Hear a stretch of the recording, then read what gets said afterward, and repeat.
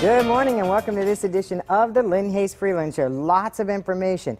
Let me tell you first, while I'm thinking about it, beginning October 7th, if you watch us on the CW, we got a new time, 7:30. You can sleep in on Saturday mornings on the CW, but I'll keep reminding you about that as we get closer.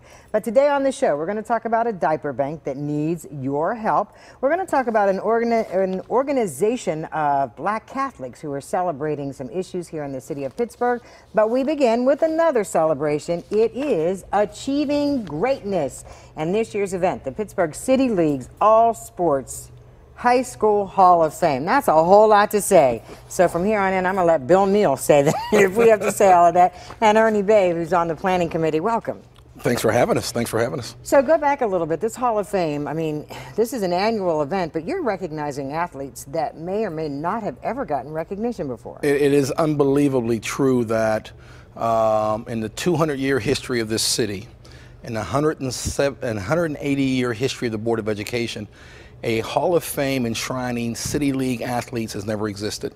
Former great basketball player out of South Hills, Larry Anderson, had the initial idea planted on him by someone, and then it was passed on to me to put this thing in position. And when we started 4 years ago, we anticipated maybe 100 people would show up. 250 people showed up. Wow. The second year we planned for 350 and 500 showed up.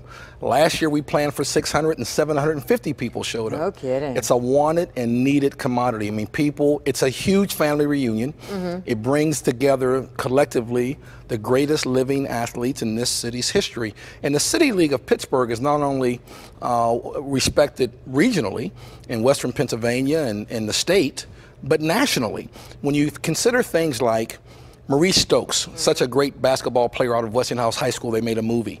Maurice Lucas, such a great basketball player out of Schenley High School, that he's the only City League basketball player ever to win an NBA title, as hard as that is to imagine. And of course, Kenny Durrett, voted the greatest player in Western Pennsylvania history. So Chuck Cooper, the first black man to play pro basketball. The legacy and the history is there. It's unbelievable. Absolutely. So then, Ernie, there's probably then, based on everything Bill just said, there's no shortage of people to recognize. I don't want to make you go through a list, because I think anytime you list people, then you forget. But give me a couple of highlights of who's going to be inducted this year. Well, there's Nathan, as far as when I came on board, I have a tennis background. Of course, I'm with the Highland Park Tennis Club, and we had two members from the tennis community that are being honored this year. Yeah, wow. Nathan Hall and Latricia Hall, who were back-to-back champions in the city. So I came in with thinking, tennis isn't that big, gathering of sports like your footballs and your basketballs, but nonetheless, these are bona fide champions that'll be going in, So I was really excited to, see them go in. And I really got to say, I really was heartened to find that one of the tennis community's members who was lost this year, Gloria Hill, who is going to be receiving the Helen Faison Community Award. And I was very proud that Bill recognized a lady of her stature, because she was beloved in the tennis community. And the entire community. Yeah, exactly. That was a loss to That's the entire you're community. right, you're right. All right, let's talk about some logistics. Now, this year you're going to the August Wilson Center. Yes, on Friday, October 6th, we'll be at the Savoy Restaurant.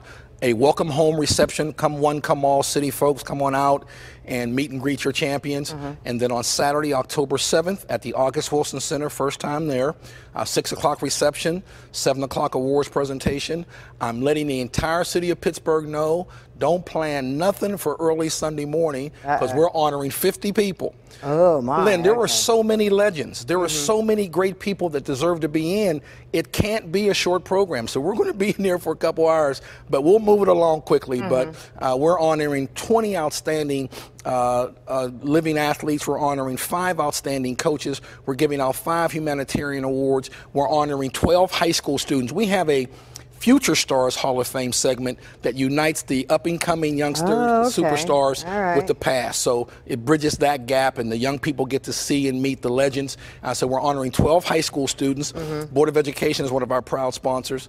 And if I can say, Judge Dwayne Woodruff, Highmark UPMC, just great support.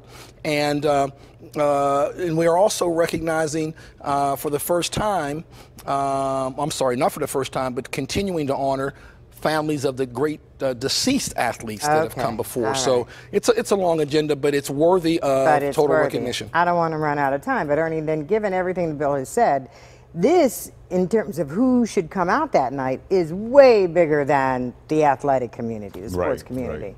Well, one thing I think the charm of Pittsburgh is we are so, matriarchal. We love our communities, you know, and sports has always, given the community that access to gather, and this, people cross bridges to get to this function. I mean, they really, like Bill said, it's almost like a family reunion, but it's also community reunion, because you have these, your Shinleys, your Westinghouse, your Carricks, and Alderdice. You have all these communities coming together, but the Shinley, piece this year is really significant when you have the 66 and 71 team. I mean, it's very significant. So it sounds like this might be better than those all-class reunions, because well, yeah, this one allows for everybody across the board to be a part of it, and as Ernie just alluded to, the 1966 and the 1971 Shinley City League State Championship teams. We found 7 of the members of the 1966 team and 9 of the members of the 1971 team, so we're enshrining both those teams together. Give me a phone number where folks can get to 412-628-4856. You got to call right away because we sold out the first 3 years. We have 500 seats available this year. You got to call right away. Got to call now. All right. Thanks so much. Sounds like a great time. Thanks for having us. We are going to take a commercial break. We have a lot more to do this morning on the Lynn Hayes Freeland Show, so don't go away.